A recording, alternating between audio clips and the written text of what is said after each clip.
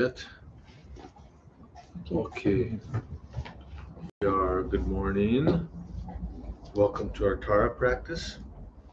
Hope everybody's fine on this Saturday morning. We're reading and contemplating Rinpoche's book, Change of Heart, written together with Lama Shenpen.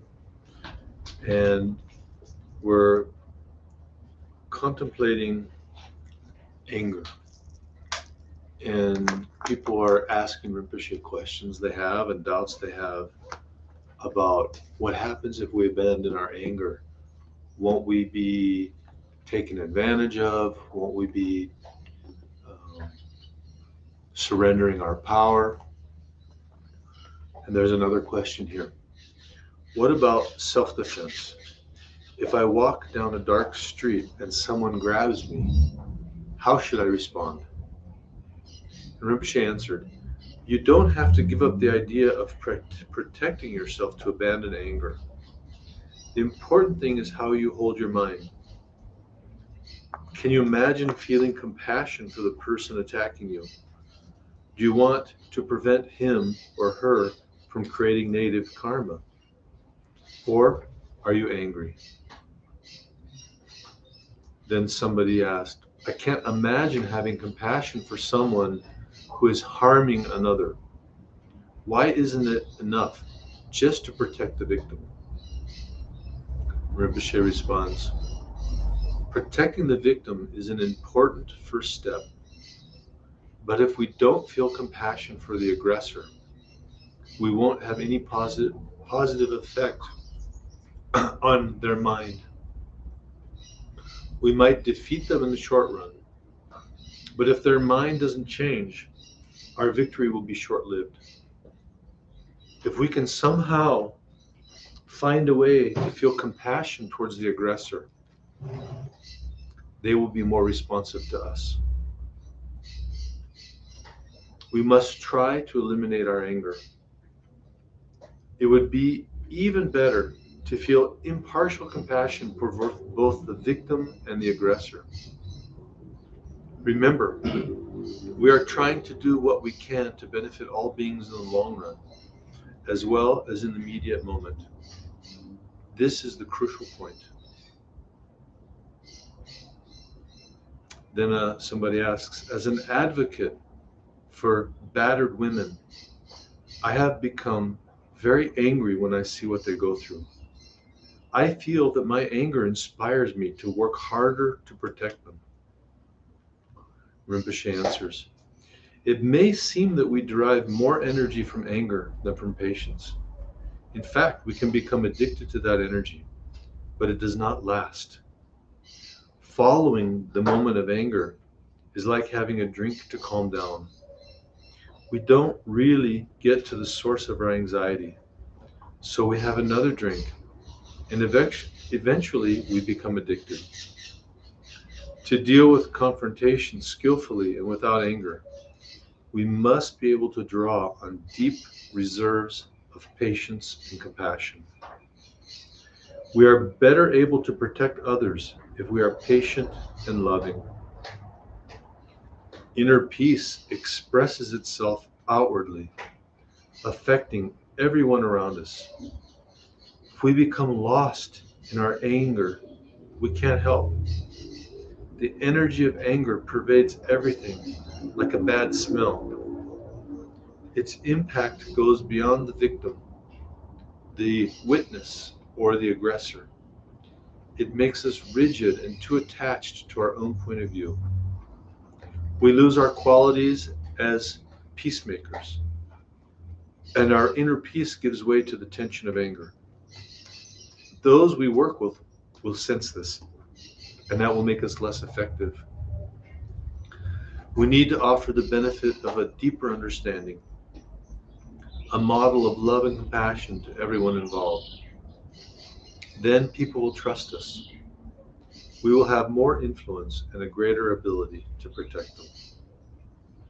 These are all very, very good questions, and we need to question, because if we have any doubt about the effectiveness of anger, it leaves the door open I always use that expression, it leaves the door open. Because like a gust of wind, when you leave your door open, all of a sudden, all you know is that the door is wide open. Anger is just like that because it comes so fast. We don't see it coming, but all of a sudden the door is wide open and our whole being is taken over by anger. And one thing, I don't know if Rinpoche is going to get to it or not, but one thing that the Dalai Lama always says is, he says, how do you feel when you're angry? Do you feel good? How do you feel after you've been angry? Do you feel good? Usually the answer is no. I feel terrible. I feel a little sick after I'm angry and have fought with someone or acted violently. And on the other hand, how do you feel after you've been compassionate, or while you're being compassionate, while you're being patient, after you've been patient? You feel good. You feel happy. That happiness is good for our body and our mind and our emotions and our health. On the other hand, anger and violence, we feel sick. It's not good for our body, for our health, for our long life. And so the Dalai Lama's argument is compassion and patience is good medicine. And it's our true nature because it's what makes us have better quality of life and more health and a longer life. Well, on the other hand, anger and hatred and violence, it's bad medicine. It makes us sick, it harms our health, and it shortens our life, and it takes away the quality of our life. So that's a very important contemplation too when we're trying to decide whether we should abandon anger or not. Basically, it's good medicine to abandon anger, to cultivate compassion and patience. It's the best medicine. So let's go to our Tara practice. Starting with the 7-line prayer.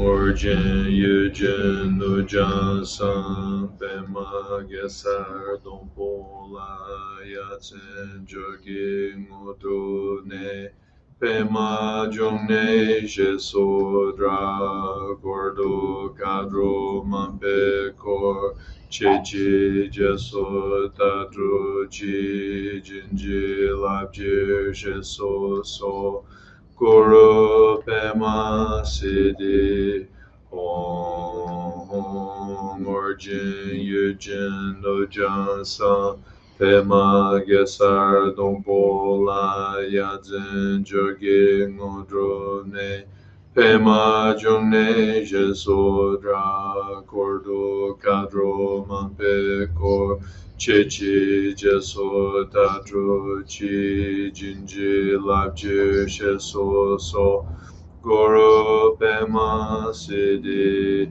Om Origin Yujin Dojan San Pema Gesar Dompola Yatsen Jogi Ngodro Ne Pema Jongne Jesodra Kordo Kadro Mampe Kor Chechi Jeso Dadro Chi Jinji Labji Sheso So Guru Pema Siddhi Om.